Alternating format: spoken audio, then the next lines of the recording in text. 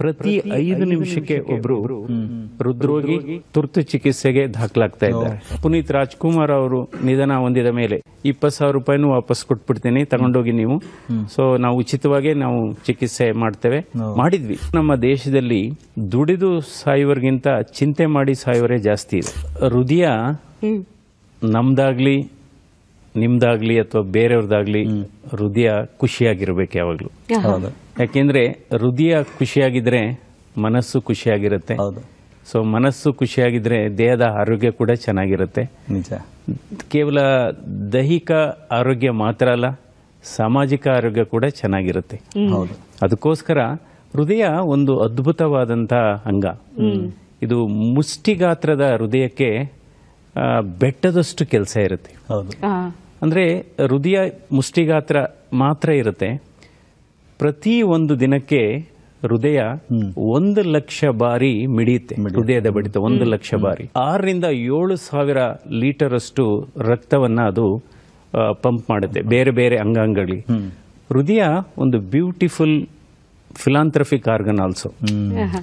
ಅಂದ್ರೆ ತನ್ನ ಆಕ್ಸಿಜನೇಷನ್ಗೆ ತನ್ನ ನ್ಯೂಟ್ರಿಷನ್ಗೆ ಕೇವಲ 5% ರಕ್ತವನ್ನು ಮಾತ್ರ ಬೆಳೆಸ್ಕೊಳ್ಳುತ್ತೆ.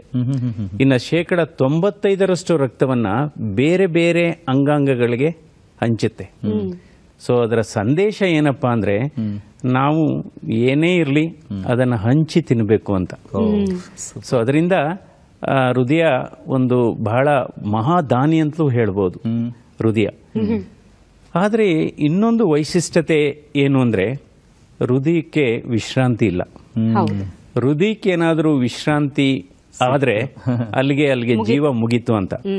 ಅದರಿಂದ ಈ ನಮ್ಮ ಮನಸ್ಸಿನ ಭಾವನೆಗಳು ಏನೇ ಇರಲಿ ಅದು ನೇರವಾಗಿ ತಾಕೋದು ಹೃದಯಕ್ಕೆ. ಅದಕ್ಕೋಸ್ಕರ ನಾವು ಹೇಳ್ತೇವೆ ಸಿಟ್ಟು ಮಾಡ್ಕೋಬಾರ್ದು, ಕೋಪ ಮಾಡ್ಕೋಬಾರ್ದು, ಉದ್ವೇಗಕ್ಕೆ ನಾವು ಒಳಗಾಗಬಾರ್ದು, ಅಥವಾ ಬೇರೆಯವ್ರ ಬಗ್ಗೆ ಕೆಟ್ಟದಾಗ ಮಾತಾಡಬಾರ್ದು, ಅಸೂಯೆ ಪಡಬಾರ್ದು. ಈಗ ನೋಡಿ, ನೀವು ಕೋಪ ಮಾಡಿಕೊಂಡ್ರೆ ನಿಮಗೆ ಗೊತ್ತಿಲ್ಲದೇನೆ ನಿಮ್ಮ ಹೃದಯದ ಬಡಿತ ಜಾಸ್ತಿ ಆಗುತ್ತೆ. ಗೊತ್ತಿಲ್ಲದೇನೆ ಹೃದಯದ ಆಕ್ಟಿವಿಟೀಸ್ ಜಾಸ್ತಿ ಆಗುತ್ತೆ. ಆಮೇಲೆ ಬ್ಲಡ್ ಪ್ರೆಷರ್ ಜಾಸ್ತಿ ಆಗುತ್ತೆ. ನೋಡಿ, ಹಲವಾರು ಬಾರಿ ತಾವು ಪರೀಕ್ಷೆ ಮಾಡ್ಕೋಬಹುದು.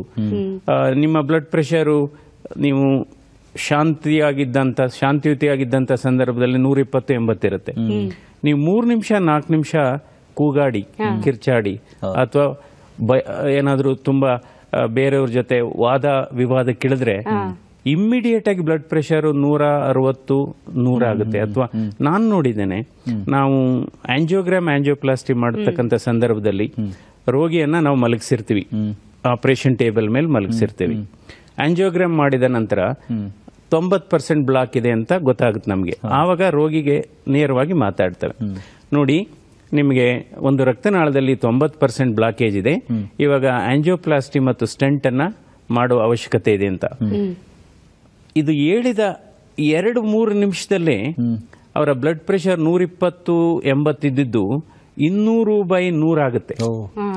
ಸೊ ಅದರಿಂದ ಕೋಪ ಮಾಡ್ಕೋಬಾರ್ದು. ಸೊ ಅದಕ್ಕೋಸ್ಕರ ಈಗ ಕೇವಲ ನಮ್ಮ ಇವತ್ತೆಲ್ಲ ನಾವು ನೋಡ್ತೇವೆ, ಹಿಂದೆ ಒಂದು ಕಾಲ ಇತ್ತು ಈ ಹೃದಯ ಸಂಬಂಧಿ ಕಾಯಿಲೆಗಳು. ಅದರಲ್ಲೂ ಈ ಹೃದಯಘಾತ ಸ್ವಲ್ಪ ವಯಸ್ಕರಲ್ಲಿ ಬರ್ತಾ ಇತ್ತು. 50 ವರ್ಷ 60 ವರ್ಷ ಆದ ನಂತರ ಬರ್ತಾ ಇತ್ತು. ಕಳೆದ 10-15 ವರ್ಷದಲ್ಲಿ ಬಹಳ ಬದಲಾವಣೆ ಆಗಿದೆ. ಈ ಬದಲಾವಣೆ ಅಂದ್ರೆ ಇವತ್ತು ಭಾರತ ದೇಶದಲ್ಲಿ 25% ಸಾವುಗಳು ಹೃದಯ ಸಂಬಂಧಿ ಕಾಯಿಲೆಗಳಿಂದ ಆಗ್ತಾ ಇದೆ. ಇದು ಒಂದು ಕಡೆ. ಇನ್ನೊಂದು ಬಹಳ ಆತಂಕಕಾರಿ ಬೆಳವಣಿಗೆ ಏನಪ್ಪಾ ಅಂದ್ರೆ 30% ಹೃದಯಘಾತಗಳು 45 ವರ್ಷಕ್ಕಿಂತ ಚಿಕ್ಕವರಿಗೆ ಆಗ್ತಾ ಇದೆ. ಅದಕ್ಕೆ ನೋಡಿ ಯಾವ ರೀತಿ ಈಗ ಬದಲಾವಣೆ ಆಗಿದೆ. ಮಧುಮಕ್ಕಳಲ್ಲಿ ಮಧುಮೇಹ, ಮಧುಮಕ್ಕಳಲ್ಲಿ ಹೃದಯಘಾತ. ಈಗ ನೋಡ್ತಾ ಇದ್ದೇವೆ, ಮದುವೆ ಮಂಟಪದಿಂದನೇ ಹೃದಯಘಾತ ಆಗಿ ಆಸ್ಪತ್ರೆಗೆ ಬರುವಂತಹ ಪರಿಸ್ಥಿತಿ ಆಗಿದೆ.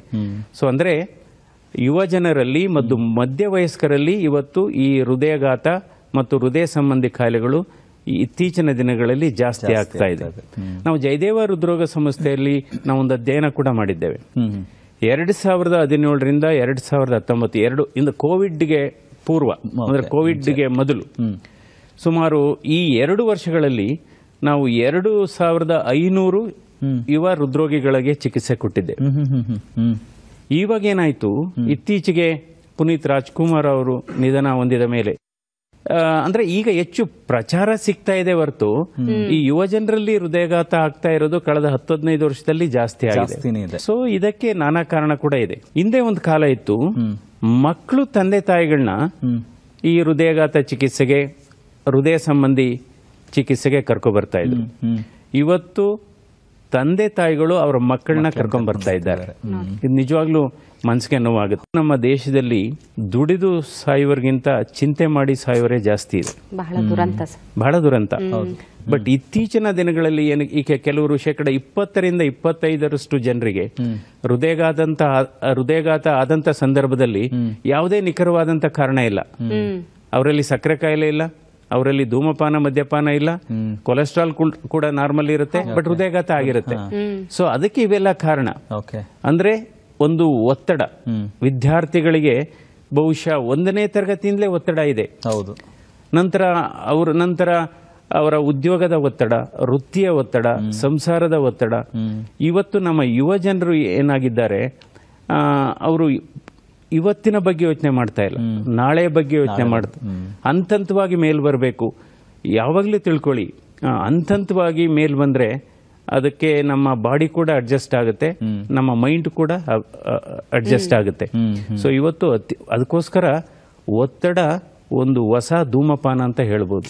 ನಂತರ ಇನ್ನೊಂದು ಕಾರಣ, ಇತ್ತೀಚಿನ ದಿನಗಳಲ್ಲಿ ಈ ಅವಿಭಾಜ್ಯ ಕುಟುಂಬಗಳು ಒಡೆದೋಗ್ತಾ ಇದೆ. ನೋಡಿ, ಹಿಂದೆ ಏನಾಗಿತ್ತು, ಒಂದೇ ಮನೆಯಲ್ಲಿ 15-20 ಜನ ವಾಸ ಮಾಡ್ತಾ ಇದ್ರು. ಈಗ ನೋಡಿ, ಸಣ್ಣ ಮನೆ 15 ಜನ ಮಲಗ್ತಾ ಇದ್ರು. ಈಗ ದೊಡ್ಡ ಮನೆಯಲ್ಲಿ 4 ರೂಮ್ ಇದ್ರೆ 4 ಜನ ಮಲಗಕ್ಕೆ ಸಾಧ್ಯ. ಸೊ ಮೊದಲು ಒಂದು ಹಾಲಲ್ಲಿ ಎಲ್ಲ ಚಾಪೆ ಹಾಸ್ಕೊಂಡು ಮಲಗ್ತಾ ಇದ್ರು. ಅದರಿಂದ ಇವತ್ತು ಈ ಅವಿಭಾಜ್ಯ ಕುಟುಂಬಗಳು ಒಡೆದೋಗಿರೋದ್ರಿಂದ ನಮ್ಮ ಕುಟುಂಬದಲ್ಲಿ ಹೆಚ್ಚು ಒತ್ತಡ. ಹಿಂದೆ ಏನಾಗ್ತಾ ಇತ್ತು, ಯಾರೋ ಒಬ್ರು ಮಕ್ಳಿಗೆ ಸ್ನಾನ ಮಾಡಿಸೋರು, ಇನ್ನು ಕೆಲವರು ಮಕ್ಳಿಗೆ ತಿಂಡಿ ತಿನ್ಸೋರು, ಇನ್ನು ಕೆಲವರು ಹೊಲ ತೋಟದಲ್ಲಿ ಕೆಲಸ ಮಾಡೋರು. ಸಣ್ಣ ಪುಟ್ಟ ಜಗಳ ಆದ್ರೆ ಮನೆಯೇ ನ್ಯಾಯಾಲಯ, ಮನೆಯೇ ಸಮುದಾಯ ಭವನ ಮನೆಯಲ್ಲೇ ಇತ್ತು. ನಂತರ ಮನೆಯೇ ಶಿಶು ವಿಹಾರ. ಇವತ್ತೇನಾಗಿದೆ, ಇದೆಲ್ಲ ಹಾಳಾಗಿದೆ. ಯಾರಾದ್ರೂ ಸಣ್ಣ ಪುಟ್ಟ, ಈಗ ಯಾವ ಮಟ್ಟಕ್ಕೆ ಇವತ್ತು ಜಾಯಿಂಟ್ ಫ್ಯಾಮಿಲಿ ಡೆಫಿನೇಷನ್ ಬಂದಿದೆ ಅಂದ್ರೆ, ಗಂಡ ಹೆಂಡತಿ ಜೊತೆಲಿರೋದೇ ಜಾಯಿಂಟ್ ಫ್ಯಾಮಿಲಿ, ಆ ಮಟ್ಟಕ್ಕೆ ಬಂದಿದೆ. ಸಣ್ಣ ಪುಟ್ಟ ಜಗಳ ಆಯ್ತು ಅವರಿಗೆ ಬಗೆಹರಿಸೋರು ಯಾರು ಇಲ್ಲ. ಸೊ ಇದರಿಂದ ಇವತ್ತು ನಾನು ನೋಡ್ತಾ ಇದ್ದೇನೆ, ಜಯದೇವ ಆಸ್ಪತ್ರೆಗೆ ಪ್ರತಿದಿನ, ಅದರಲ್ಲೂ ರಾತ್ರಿ 8 ಗಂಟೆಯಿಂದ ಬೆಳಿಗ್ಗೆ 8 ಗಂಟೆವರೆಗೆ ಪ್ರತಿ 5 ನಿಮಿಷಕ್ಕೆ ಒಬ್ರು ಹೃದ್ರೋಗಿ ತುರ್ತು ಚಿಕಿತ್ಸೆಗೆ ದಾಖಲಾಗ್ತಾ ಇದ್ದಾರೆ. Every 5 minutes there is an admission in casualty for a sick cardiac patient. So ಅದರಿಂದ ನಂತರ ಇನ್ನೊಂದು ಸಮಸ್ಯೆ, ಇತ್ತೀಚಿನ ದಿನಗಳಲ್ಲಿ ಹಳ್ಳಿಗಳಿಂದ ಸುಮಾರು ಜನ ನಮ್ಮ ಪಟ್ಟಣಕ್ಕೆ ಇವತ್ತು ವಲಸೆ ಬಂದಿದ್ದಾರೆ. ಮನವಿ ಮಾಡೋದು ಅಂದ್ರೆ, ಏನಾದರೂ ಒಳ್ಳೆ ಕೆಲಸ, ಒಳ್ಳೊಳ್ಳೆ ಜಾಸ್ತಿ ಸಂಬಳ ಸಿಕ್ಕರೆ ಹಳ್ಳಿಯಿಂದ ಜನರು ಬರಲಿ. ಅಲ್ಲದೆ ಇದ್ರೆ 10,000 12,000 ರೂಪಾಯಿಗೆ ಈ ದೊಡ್ಡ ದೊಡ್ಡ ನಗರಗಳಿಗೆ ಬರೋದು, ಅವ್ರಿಗೆ ಸಂಸಾರ ಸಾಗಿಸ್ಲಿಕ್ಕಾಗಲ್ಲ. ಈ 3 ತರ ಈ ಸಮಸ್ಯೆಗಳನ್ನ ನಾನು ನೋಡ್ತಾ ಇದ್ದೇನೆ. ಅವರು 30 ವರ್ಷ ಆಗಿರುತ್ತೆ ಆ ಹೆಣ್ಮಗಳಿಗೆ, 2 ಮಕ್ಕಳಿರ್ತಾರೆ, ಗಂಡನಿಗೆ ಕಾಯಿಲೆ, ಅಥವಾ ಗಂಡ ಬಿಟ್ಟಿರ್ತಾನೆ, ಅಥವಾ ಗಂಡ ಸತ್ತಿರ್ತಾನೆ. ಅವ್ರು ಬಂದು ಅಯ್ಯೋ ಕೆಲಸ ಕೊಡಿ. ಎಷ್ಟು ಸರಿ ಆಗಿದೆ. ಮೊನ್ನೆ ಕೂಡ ಒಬ್ರು ಅವರ ಗಂಡನಿಗೆ ಇದು ಹಾರ್ಟ್ ಅಟ್ಯಾಕ್ ಆಗಿದೆ, ಕೆಲಸ ಇಲ್ಲ, 80,000 ಕಟ್ಟಬೇಕು. ಅವ್ರು ಹೇಳ್ತಾರೆ, ನಾನು ಕೂಲಿ ಮಾಡಿ ಮುಸ್ರೆ ತಿಕ್ಕಿ ನಾನು 10,000 ರೂಪಾಯಿ ತಂದಿದ್ದೀನಿ, ಸೊ ನನ್ನ ಹತ್ರ ದುಡ್ಡಿಲ್ಲ ಅಂತ. ನಾನು ಹೇಳ್ದೆ, ಇಲ್ಲ ನಮ್ಮ ಸೆಕ್ರೆಟರಿ ಹೇಳಿದ್ರು ಒಂದು 20,000 ಆದ್ರೂ ಕಟ್ಟಬೇಕು ಅಂತ. ಅದಕ್ಕೆ ಅವ್ರೇನು ಹೇಳ್ತಾರೆ, ನಾನು ಇನ್ನೊಂದು ಎಕ್ಸ್ಟ್ರಾ ಮನೆಯಲ್ಲಿ, ಇನ್ನೊಬ್ಬರ ಮನೆಯಲ್ಲಿ ಕೆಲಸ ಮಾಡಿದ್ರೆ ನನಗೆ ಇನ್ನೊಂದು 10,000 ಜಾಸ್ತಿ ಸಿಗ್ಬೋದು ಅಂತ. ಸೊ ಅವರಿಗೆ 3 ವರ್ಷದ ಮಗು ಇದೆ, ಮಗು ಎಲ್ಲಿ ಬಿಡ್ತಾರೆ? ಇವೆಲ್ಲ ಒತ್ತಡ. ಸೊ ಅದರಿಂದ ನಾನು ಹೇಳಿದೆ, 20,000 ರೂಪಾಯಿನೂ ವಾಪಸ್ ಕೊಟ್ಬಿಡ್ತೀನಿ, ತಗೊಂಡೋಗಿ ನೀವು. ಸೊ ನಾವು ಉಚಿತವಾಗಿ ನಾವು ಚಿಕಿತ್ಸೆ ಮಾಡಿದ್ವಿ, ಉಚಿತವಾಗಿ ಆಂಜಿಯೋಪ್ಲಾಸ್ಟಿ ಮಾಡಿದ್ವಿ. ಅದರಿಂದ ಇವತ್ತು ಈ ಹೃದಯ ಸಂಬಂಧಿ ಕಾಯಿಲೆ ಕೇವಲ ಶ್ರೀಮಂತರ ಕಾಯಿಲೆಯಾಗಿ ಉಳಿದಿಲ್ಲ, ಇದು ಕೇವಲ ಪಟ್ಟಣವಾಸಿಗಳ ಕಾಯಿಲೆಯಾಗಿ ಉಳಿದಿಲ್ಲ, ಕೂಲಿ ಕಾರ್ಮಿಕರಲ್ಲೂ ಇದೆ, ಬಡವರಲ್ಲೂ ಇದೆ. ಸೊ ಅದರಿಂದ ನಿಜವಾಗ್ಲೂ ಇದು ಜಾತ್ಯತೀತ ಕಾಯಿಲೆ ಅಂತಲೇ ಹೇಳ್ಬೋದು.